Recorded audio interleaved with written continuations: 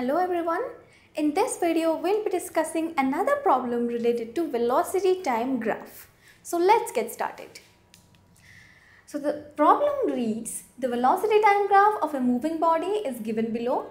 Find the acceleration of the body from point A to B, acceleration of the body from B to C and from C to D. So from this velocity time graph which is given, we will have to find the acceleration of the body from A to B, B to C and C to D in 3 parts. So let's start solving this problem. Now first of all, we will be finding the acceleration of the body from point A to B. We know the formula of acceleration from the velocity time graph is given by the slope of the line AB, whose formula is V2 minus V1 divided by T2 minus T1. Now here V1 and T1 are the velocity and time at A, and V2 and T2 are the velocity and time values at point B. So we will have to find all these 4 values from this graph itself and substitute all the values in this expression to get the acceleration of the body from point A to B. So let us try to find out the values of all these 4 quantities, that is V1, V2, T1 and T2. So here in this graph, let us draw a perpendicular from point B to y-axis.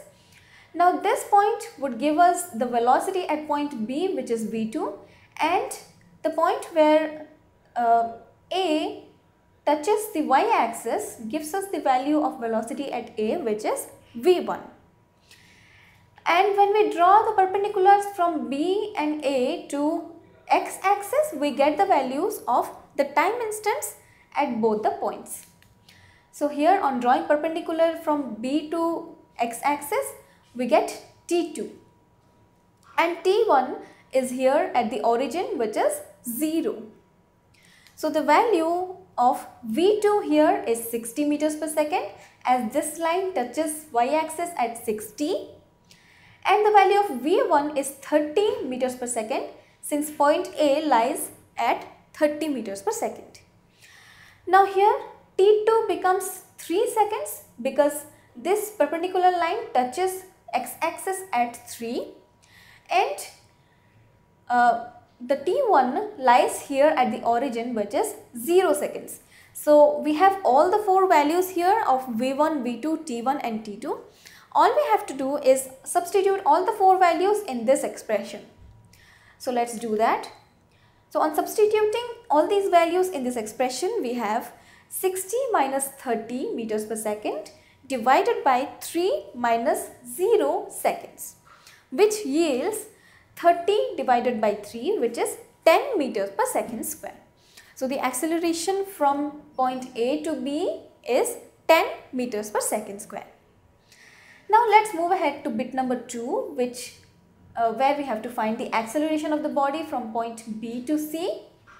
Now here also we will be applying the same formula, which is V2 minus V1 divided by T2 minus T1, and here it denotes the slope of BC. Now here what is V2?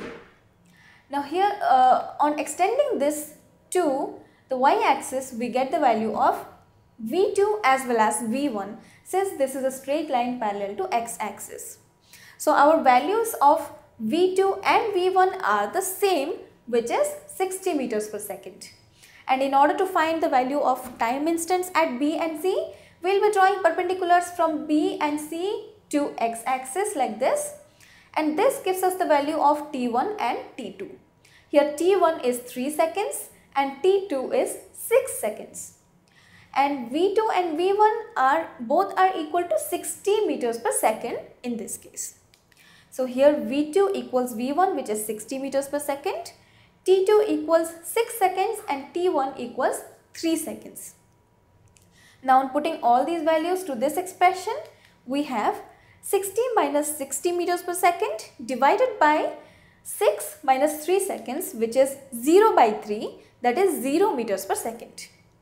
So here in this case the acceleration is 0 meters per second, As we can see here from the graph, even from the graph we can figure out what may be the acceleration. Since a velocity time graph with a straight line parallel to x-axis denotes zero acceleration, it is proved in this case by means of a calculation. Now let us move ahead and solve bit number 3, which is to find the acceleration of the body from point C to D. Now we will be applying the same formula that we did before, but here it denotes the slope of CD graph. Now here the value of V1, V2, T1, T2, we need to find out all these values. So we will be following the same procedure to find all these values. We will be drawing perpendiculars from C and D to X and Y axis. So on doing that, we get V2 equals 0 meters per second, that is this one, 0 meters per second, and V1 equals 60 meters per second. Here T2 equals 8 seconds and T1 equals 6 seconds, that is from C if we draw a perpendicular to here we get T1 equals 6 seconds. So here we have the acceleration to be 0 minus 60 divided by 8 minus 6. On applying this formula we get minus 60 divided by 2, which is minus 30 meters per second square. So here the acceleration is negative. We know what is the meaning of negative acceleration, that is the body is slowing down or its velocity is decreasing and it has come to stop at point D. So this is clear from this value of acceleration, which is negative in nature. So this is how we solve this problem. I hope the solution of the problem was clear to you. Thanks for watching. TutorialsPoint.com. Simply easy learning.